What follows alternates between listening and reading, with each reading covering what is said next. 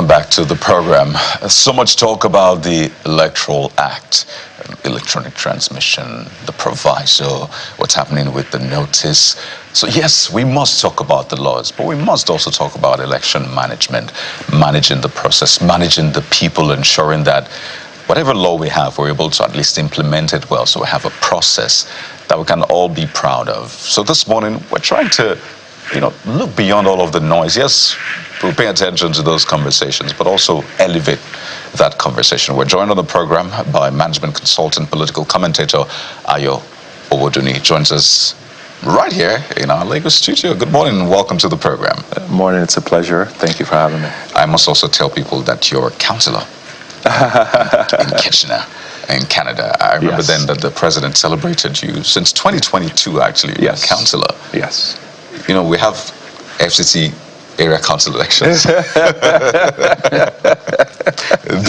this weekend coming up. Does it bring back memories? Some of the headlines. Right. Does it bring back memories about your own build-up to elections and all of that? Yes, absolutely. And interestingly, elections are coming up again in 2026. Absolutely. So the build-up has begun already ahead of our election in October. But it's always interesting. There's a lot that happens during the election period leading up to it. Parties are looking to influence. Parties are looking to ensure the right candidate is there. People that have probably created loyalty over a period of time, people they can trust and all of that. So there is so much that is happening behind the scenes that by what comes to the media, what shows up at the media is not necessarily everything. It's just a little bit of everything else that is taking place behind the scenes. So it's always interesting when I have conversations with people. People have no idea what else is going on behind the scenes.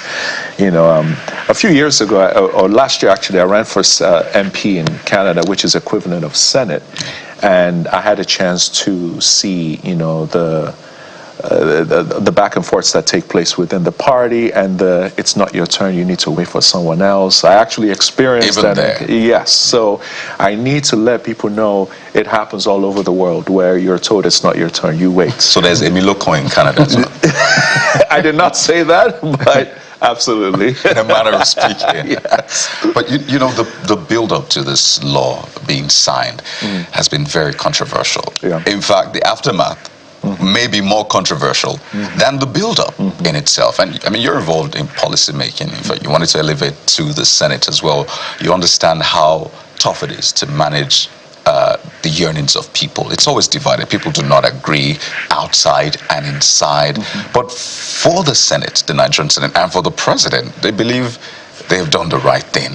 But a lot of people still think having electronic transmission and manual transmission in the same sentence doesn't quite take us to where we ought to be just yet. Maybe to ask you, is it electronic or manual transmission for you in Canada? Well, I will say this. Let me point out a few things. There are a few countries that currently still stick with the manual. Canada at the federal level does still stick with manual. There are several other countries that do that. At the city level, at the municipal level, over about 200 cities thus far have decided to start going the other routes, but the federal are still concerned about cybersecurity and several other things, so they have not gone in that direction.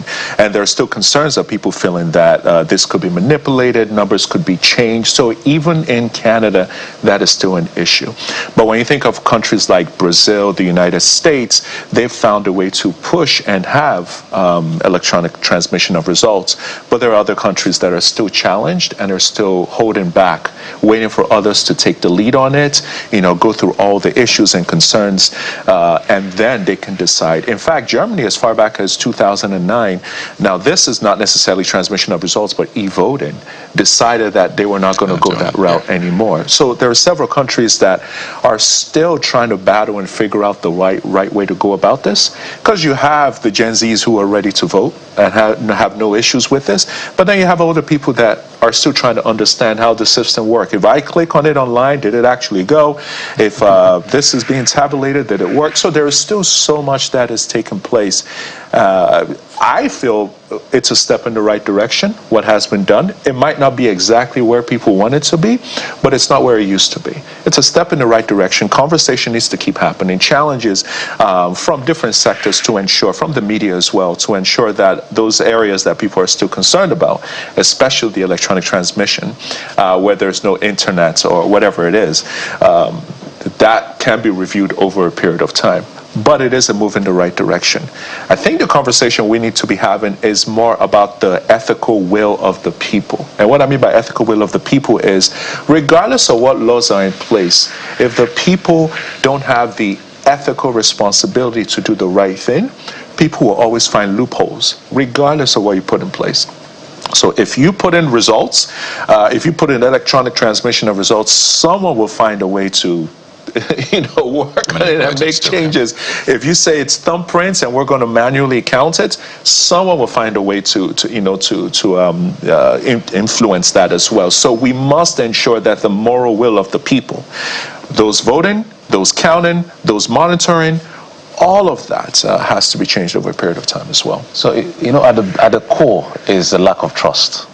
All of these conversations now, the difference perhaps between the Western climes and here, the challenges sometimes are similar, but the safeguards, the guardrails are a lot more improved upon. What I mean by that is the institutions here. Our institutions are dealing with crisis of confidence, from the legislators to the judiciary, to places like agencies like INEC and all of that. In fact, in Nigeria, as soon as you say you are a politician, the average Nigerian has already tagged you corrupt and a thief. In Nigeria, as a politician, is different. In our law assumes you're innocent, presumption of innocence, and then you have to be proven guilty. But as soon as you become a politician, you're already guilty of corruption and you're a thief. You have to walk yourself out of it. That is the perception. So that's why you see all of these pushbacks happening across board. So comparatively, when you look at what is going on there and what we've done so far, because it looks like a 50-50, because if you look at the law, collation is still physical. Collation is still physical. No matter which you look at, whether it's the Senate version or the House version, collation is still physical. The argument is about transmission of from EC 8A. So when you look at both sides, where do we start from building confidence in the people, the electoral process? The reason I said that, there's a document that showed that 77% of Nigerians are interested in voting in this election, apart from the fear of insecurity, which is about 46%. Now it looks like everybody wanted electronic transmission, and this has happened. We've gotten electronic transmission, but with a proviso, and so we're also worried again about voter turnout. So where do we start to rebuild confidence? I do want to point out that over in Canada, the voter turnout is somewhere between, let's say, 20 to 25%. At this point as well, at the local level. And then the numbers rise, but not significantly when you get into the federal level as well. So it is not perfect, just as well. Anywhere, it's not perfect. There are people that once they hear I'm a politician as well, their face changes, the walls go up, and there must be corruption. I remember I had a meeting in my constituency once, and we were talking about some building that was going to be going up. I was meeting with the constituents. Now, these were Canadians born and raised in Canada. And one of the questions was, so how much did they pay you off? And I remember laughing, what are you talking about? And, how much did they pay you off? So there is an assumption that every politician is corrupt, even over there. But with that said, there's so much that can be done. Number one, we need to start worrying about the infrastructure aspect of things that can ensure that there is internet that is provided in all these places, and whether it is in Maiduguri or somewhere in Ikeja, Lagos, when those results are being uploaded, the internet is available to be able to upload those results as soon as possible to the INEC portal. So that is there. Then there is what can we do to help ensure that we are building the right set of politicians for the future. We go through trainings on a regular, consistent basis, whether it is how do you address the media, how are you having the right conversations, how are you connecting with your constituents. We have people that hold us accountable at that level as well. So your Yes, you're an elected politician, but your competence level is being built on a regular basis because people want competent people in the right places. Number one, people want people that can connect with them and empathize with them. People want people that are able to listen to them and understand the needs of the community and understand the heartbeat of the community as well. And we get trained on that on a regular basis. So if we can build the right politicians, if we can build people that can communicate properly with their constituency, transparency goes up. People are paying more attention. You know, one of the things that I love to do is after every time we have our meeting at council, I would ensure that I'm recording a video where I'm talking about, hey, this was the conversation that we had. This was some of the things. This was some of the challenges.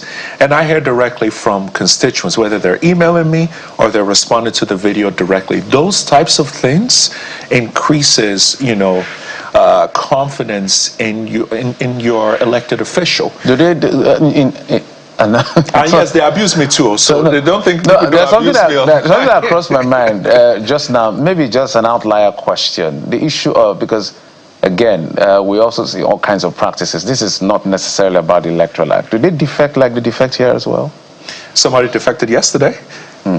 Yes, in fact, I mean the frequency. Our own is an avalanche, literally. I'm not even in UK. What's his name now? The deputy to our sister in the UK, the Conservative Party, Kemi Badenoch, he has gone to, I think, Robert Jenrick has gone now to Reform UK. That's Nigel Farage's party. So we're not saying people don't defect, but here it's an underscale. So that's what I'm asking. We're doing comparative analytics. Defections do happen over the past few months. I would say, if my numbers might be wrong on this, I believe about 4 members of the Conservative Party have defected to the Liberal Party. Now, in my opinion, this is unprecedented. This is something that rarely happens. So the fact that 4 have gone over and 1 just went over again yesterday, which the Liberal Party are 1 individual away from being a majority party. So I'm sure they're also doing some hustling behind the scenes to try to get some people. There are many reasons why people defect. There are many reasons. Of course, there is the, it's easier, or I get access to funding better, or whatever it might be that they're looking at, or I get loyalty with this party over a long period of time, or I just don't like the party leader, and that's the reason why I'm going across. But as I mentioned, it's unprecedented that 4 have gone over in the past few months. That's just a joke. It is very different.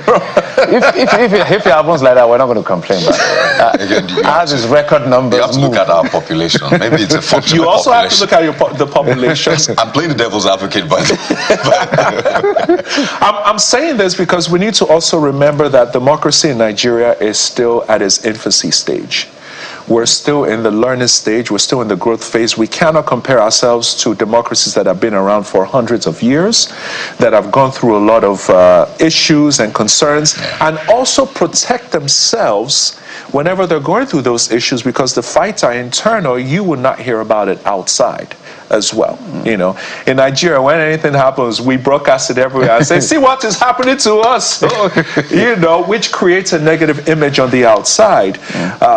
So there are those challenges that also have to be put in place. So it's something that we do need to remember. I'm not saying these conversations are wrong. They're important. They are needed. We have a step in the right direction. It is not perfect. The people are not happy about that because of the concerns that come with it. Right. We need the politicians to listen, to pay attention, and keep the conversation going and make those amendments as needed and as quickly as possible. Fantastic. Our growth has been televised live in that sense. I mean, they grew during the time where you didn't have internet. Exactly. You didn't have. Exactly. So ours, Absolutely. I mean, we're streaming it live across social media. Social media. But I am very interested in your interpretation or your assessment, really, of politics, governance in Nigeria. So, I mean, for you, it's a federal province and municipal. Yes.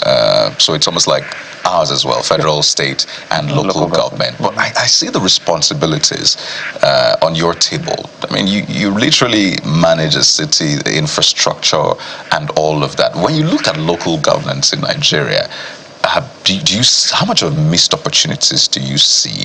If you are a local government official in Nigeria, what kind of work would you be doing? Or what You're trying to get me in trouble, Kai. No, I'm just saying, what are you doing now that you could be doing here in Nigeria, if you get what I mean? At that level, local. You know, from the minute the plane lands, you see things differently, first of all, once you're at that level, because the decisions that you're making is affecting how much people are paying in terms of taxes, it's affecting their paycheck, it's affecting the infrastructure, the roads, asset management, so many things. So you start to see things very, very differently. And honestly, I am grateful for the opportunity that I've had, and you know, the people in the city of Kitchener giving me an opportunity to represent them. Down to, first of all, I think it's important that we talk about, or we ask ourselves this question: are we holding our local leaders accountable as much as we're holding our federal leaders accountable? Are we putting a spotlight at local level as much as we're putting a spotlight at the federal level? And we usually do this quiz. Who's your local government chairman? I can bet you majority of people do not know. But clearly, who's the president? Everybody knows. Everybody should know. Beyond that, what laws were passed last month?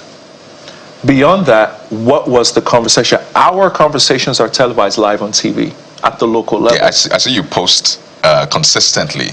Join the link. Join the link because it helps with accountability. I'll give you an example. There was one point we were looking to implement a new law around Airbnbs. We wanted them to be better regulated because people were complaining. At the local level? At the local level. We regulate them, not the federal. We regulate them. So we were looking at, okay, what laws can we put in place to regulate them? We need people to check. Maybe we need to increase the taxes, you know, all of those types of things, because we need to hire people that will go and do the actual regulation and checking in on those things. And then we had business owners that came in on the day that we're making the decision, probably about 30 of them. Now, remember, this is at the local city level. And they start to share from their experience. Hey, if you increase the taxes, this is how it's going to affect me. If you increase the taxes, this is what the bottom line will look like. And they start to share their stories, started to share challenges. And do you know what we did? We canceled that rule that day and said, you know what? Maybe this is a bit premature. Maybe we're trying to move too fast. Maybe we've not engaged them as much as we need to have engaged them. So let's step back. Let's engage the insurance companies. Let's engage these business owners. And then maybe a year, 2 years from now, we will come back and then look at this and say, is this a conversation we want to have? How do they know we were making those decisions that day? Because, you know, the media pays attention to what is happening locally. The media is highlighting what we're doing locally, and that's the media local media. Local media is highlighting that. So what can we do to ensure that our local newspapers, if we still have them and they still exist, our local media, if they're paying attention and and they're putting those news out there, are they highlighting some things that are taking place at the local level? Because the local is the closest to the people. Yeah. The local is the one that a decision is made, or a decision is not made, it affects you right away. Where I live, there is a hole in the middle of the road, and it has been there for 3 years. And I'm wondering, like, where you live, where? In Lagos. Okay. There's a hole. There's a hole in the middle of the road. Like a pothole or something? There's a pothole. Maybe it's a tourist attraction. Maybe something to want to plant a tree there. And there's like a tire to let you know that there's a hole there, and it's been there for 3 years. 3 years. And I'm wondering, you know, at night when you're driving, the street lights are not working. That is the local leader's responsibility. But the question is, there is a budget line attached to that. There is someone responsible for that. It's actually somebody's KPI to ensure that that is fixed. So I think the natural question is, like how they said, attention to local government is very low. In fact, the president is fighting hard to even get their monies to them as we speak. The judgment of the Supreme Court has been implemented. The governors are still saying it's a constitutional issue. How do we elevate local government conversation from where you sit? We need to bring in more local government chairmen. What is your plan for your local government over the next 4 years? What did you accomplish in the last 4 years? Let's put your promises from, you know, your previous election, juxtapose it right next to what you've done. I had someone from my constituents send me an email and said, Ayo, 3 years ago, challenges I faced to accomplish. I said I was on the outside looking in when I made that promise. When I entered, all the complaints complexities that were involved. I was not aware of those things. But it was such a good conversation because it was a disappointed constituent that reached out and said, I am holding your flyer from 3 years ago, and this is what you said you were going to fix. You have not fixed it yet. What is your plan to fix this before the next election? And I guarantee when the next election comes back, when I go back to those doors and I have a conversation, they're going to pull up my promises because it's online, it's recorded. We'll get there. We need the media to help out. We need the media to educate the people. We need the media to remind people of their responsibility as well to check in with their local governments on some of these key things. And that is why we're having this conversation. Absolutely. So our prescription, and I use that word advisedly, prescription as a medication is that you cut this clip and share it with people so they begin to understand how important local government is. He replied a mail from his constituent. That's accountability. That's transparency. Have you tried to send That's responsibility. That's responsibility. So that's a prescription. Twice a day. Make sure you send it to 2 people a day. We have to thank you so much, Owodunni, for the insight. It's always a pleasure having you on board. And I think that this is something we'll do consistently with you and across board. We've been speaking with Owodunni, Councillor Ward 5 Kitchener, right? Yes. In absolutely. Canada. Yes. Amazing work. And he's also management consultant, political commentator, obviously someone who's interested in home as well. It's good to see, and we must commend you for that. Thank you very much. Thank you for coming.